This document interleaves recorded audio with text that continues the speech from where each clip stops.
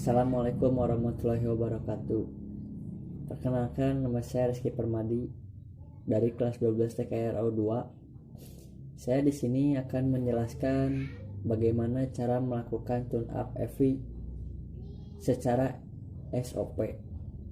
Di sini kita membutuhkan alat dan bahan seperti kunci ring, kunci kombinasi, kunci pas yang berukuran 8, 10, 11, 12, 14, 17, dan 19. Ataupun kita boleh menggunakan kunci shock.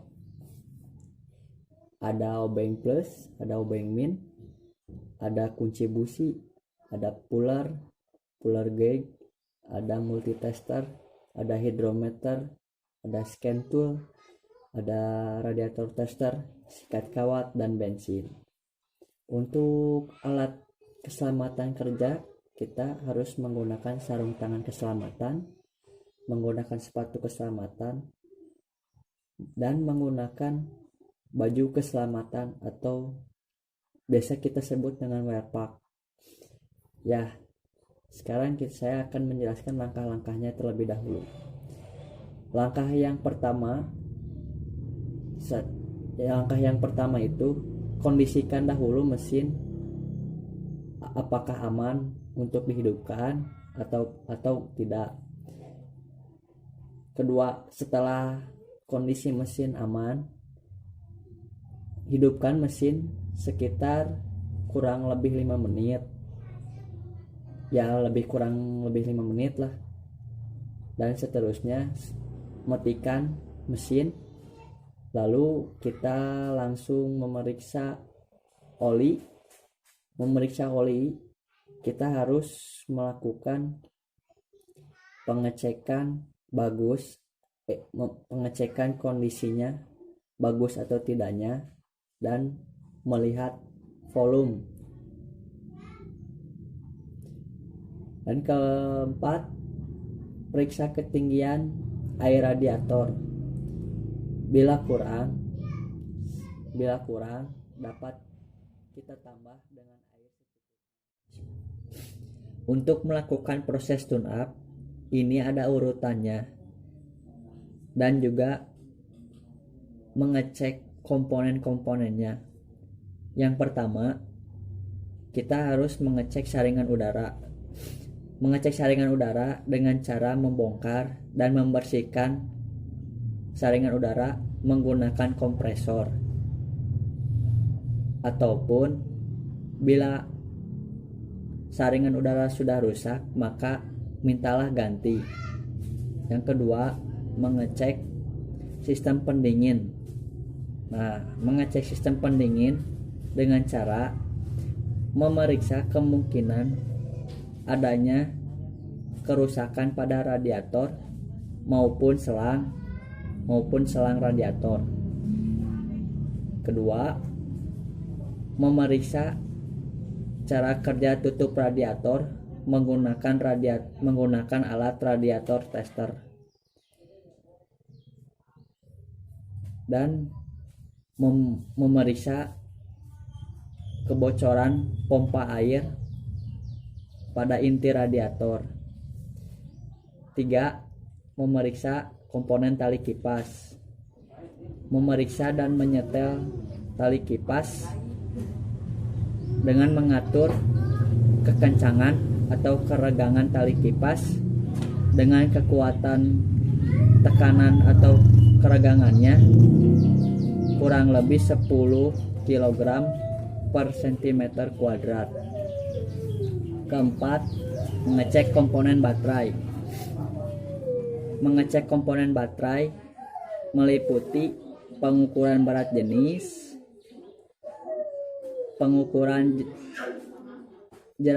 jenis, menggunakan hidrometer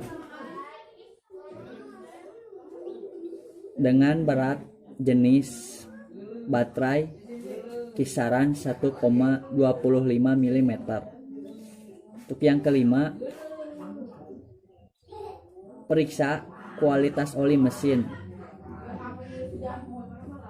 dengan cara mengganti oli mesin yang telah mengencer ataupun yang sudah berganti warna menjadi hitam. Untuk urutan yang keenam, kita harus memeriksa kondisi busi. Periksa busi dari kemungkinan adanya satu, keretakan dan kerusakan ulir isolator. Kedua, gasket rusak. Ketiga, elektroda terbakar. Bila faktor 3 ini muncul, maka mintalah ganti dengan yang baru. Ataupun bila 3 faktor ini tidak muncul, maka kita bisa membersihkannya menggunakan bensin dan disikat menggunakan sikat kawat. Setelah itu kita bisa setel celah busi menggunakan puller gauge dengan standar celahnya maksimal 1 mm. Yang ketujuh, memeriksa kabel tegangan tinggi. Memeriksa kabel tegangan tinggi dengan cara periksa kondisi fisik kabel dari kemungkinan kabel putus, ataupun periksa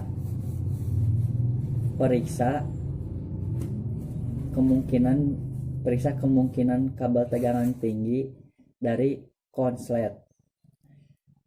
Yang kedua, periksa juga tahanan kabel menggunakan alat ampermeter. Yang kedelapan, memeriksa dan mengecek distributor. Mengeceknya dengan cara periksa dan setel celah platina. Jika platina terbakar, maka mintalah ganti yang baru. Dan setelah mengganti yang baru, kita bisa menyetel celah platina dengan celah platina berukuran 0,2 mm sampai 0,4 mm. Untuk yang kesembilan, yaitu mengecek tekanan kompresi. Mengecek tekanan kompresi dengan cara pertama, hidupkan mesin terlebih dahulu. Hidupkan kurang lebih 5 menit, kemudian matikan.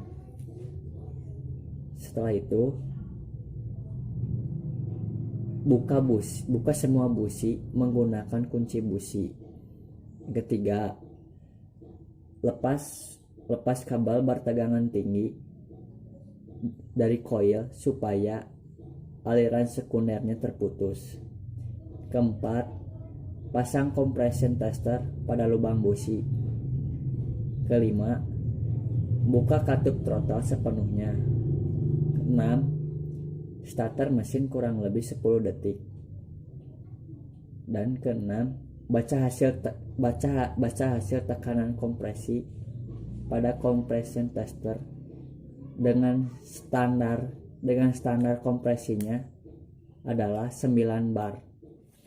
Untuk yang ke-10, tahap terakhir setelah melakukan pengecekan, ini adalah tahap terakhir, yaitu menggunakan alat scan tool. Nah, untuk menggunakan alat scan tool, pertama, temukan DLC atau data link connector pada dashboard. Yang kedua, pilih scan tool sesuai jenis mobilnya. Yang ketiga, kemudian hubungkan terminal scan tool dengan terminal DLC. Kelima, posisikan kunci kontak dalam keadaan on. Keenam, pilih enter pada scan tool untuk masuk dan memilih jenis mobil. 7. Pilih diagnosis kode kerusakan. Itu juga bila ada kerusakan. Bila ada, kemudian perbaiki sensor-sensornya. 8. Pilih kode erase atau menghapus. Kode erase ini bertujuan agar menghilangkan data-data yang tersimpan. 9. Lepaskan kunci kontak dan lepas konektor scan tool. Lalu sebagai tahap akhir, bersihkan area kerja. Dan itulah yang bisa saya sampaikan untuk melakukan tune up FP secara standar operasi. Demikianlah dari saya. Wassalamualaikum warahmatullahi wabarakatuh.